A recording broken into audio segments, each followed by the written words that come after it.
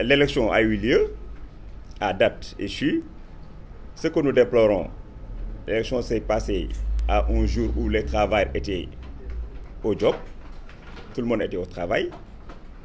L'élection aussi a coïncidé avec le procès d'un Sénégalais, ce qui a créé beaucoup de dysfonctionnements dans l'organisation. Ça, il faut le dénoncer avec la dernière énergie, ce qui n'est pas acceptable. Parce que nous sommes des travailleurs, nous sommes régis par des textes, notamment les conventions internationales ratifiées par le Sénégal, dont la convention 87 et la convention 98 sur les libertés syndicales. Donc on considère que l'élection devait avoir lieu un samedi ou bien un dimanche pour permettre à tout le monde d'aller voter et de rentrer chez lui. Ou bien de décréter le mardi férié pour qu'on puisse aller voter et rentrer chez nous. Parce que le travail n'est pas n'importe qui. C'est quelqu'un qui donne sa force. Après le job, il doit se reposer. Après l'élection aussi, il doit se reposer. Donc voilà, entre autres, vraiment, questions sur lesquelles nous voulons vraiment attirer l'attention du ministère du Travail pour une prochaine fois, pour que vraiment ces choses-là ne se passent plus. Maintenant, comme tout le monde l'a constaté, le jour de l'élection, beaucoup de travailleurs n'ont pas trouvé, n'est-ce pas, leur lieu de vote, leur bureau de vote. Il y a des entreprises où le patronat avait demandé au travail d'aller travailler parce qu'il ne leur permettait pas d'aller voter. Ce qui est inacceptable, ce qui est anormal, ce que nous dénonçons aussi. Parce que le travailleur est libre d'aller voter, le travailleur est libre de tenir une réunion dans l'entreprise. Ça, c'est des dispositions réglementaires du Code du travail, de la Constitution, qui nous le permettent. Mais malheureusement, les inspecteurs du travail qui étaient chargés, n'est-ce pas, d'aider nos camarades, n'est-ce pas, à faire leur vote, on ne les a pas aidés. Ça aussi, c'est un quoi que vraiment nous dénonçons et aussi demander, exiger des autorités, n'est-ce pas, d'être plus vigilants, n'est-ce pas, en ce qui concerne l'élection. Parce que l'élection présidentielle au Sénégal, mais ça se passe avec toutes les normes, avec toutes les garanties, avec toute la sécurité. Mais pourquoi aujourd'hui les travailleurs, on ne les protège pas pour qu'ils puissent aller voter normalement et rentrer chez eux? C'est pas normal. Aujourd'hui, si vous avez remarqué l'élection, le taux d'abstention, mais le taux d'abstention est réel. Beaucoup de camarades n'ont pas voté dans les départements, et particulièrement aussi à Dakar.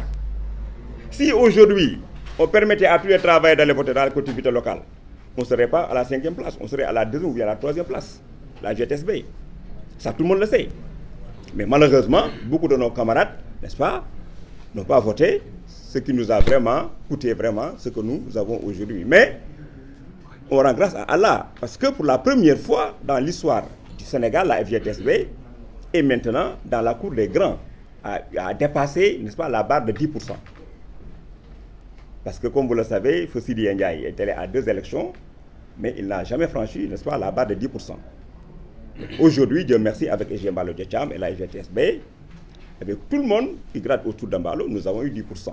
Ça aussi, nous devons le préciser. Et vraiment, nous félicitons les camarades qui ont eu à voter pour la FGTSB et les encourager. Et pour leur dire que rien ne sera comme avant. Parce qu'avec Mbalo Djecham et ses amis, nous allons vraiment reconsidérer beaucoup de choses dans le mouvement syndical sénégalais. Ils l'ont dit en wolof et en français, nous ne sommes pas dans des deals, nous ne sommes pas dans la participation responsable ni irresponsable. Nous sommes des responsables syndicaux. Et notre vocation, c'est de défendre à tout prix les intérêts économiques, les intérêts financiers, les intérêts matériels, les intérêts moraux de nos camarades. C'est ça notre vocation. Et Inch'Allah, à la table des négociations, nous allons vraiment essayer d'abréger la souffrance des camarades. Maintenant, il faut le dire aussi avec force. Nous avons constaté que l'argent a coulé à flot lors de ces élections-là. Les 4 centrales dites représentatives ont déployé beaucoup de moyens financiers pour corrompre les travailleurs à aller voter pour eux. C'est ça la vérité. Notamment les syndicats d'enseignants, avec les secrétaires généraux qui sont à leur tête. On les a promis de l'argent, on les a promis des postes, n'est-ce pas, sur le plan international, sur le plan national, n'est-ce pas, je sais pas, du n'importe quoi. C'est ça la vérité. Ce qui fait dire qu'aujourd'hui, nous lançons un appel aux enseignants du Sénégal d'être plus responsables et d'être plus vigilants par rapport à leur direction. Beaucoup d'argent a coulé. Ils ont versé beaucoup d'argent à ces secrétaires généraux-là pour qu'ils puissent aller voter pour eux. Je parle de l'UNSAS, de la synthèse, la CNTS/FC et tout le monde. Ça, je le dis. Donc aujourd'hui, nous dénonçons vraiment cette corruption-là qui a permis à ces cadres-là d'être aujourd'hui là où ils sont. Nous, si on avait les moyens que ces gens-là avaient, on serait classé super premier. Ah oui, super premier. On ne nous verrait pas, je te jure. On n'avait rien. Aucun soutien matériel ni financier de la part de qui que ce soit. Bambir l'a dit. C'est avec les petits moyens, les maigres moyens que nous avons, que notre camarade secrétaire général a sillonné les 46 départements de Sénégal. Et je le Yacham.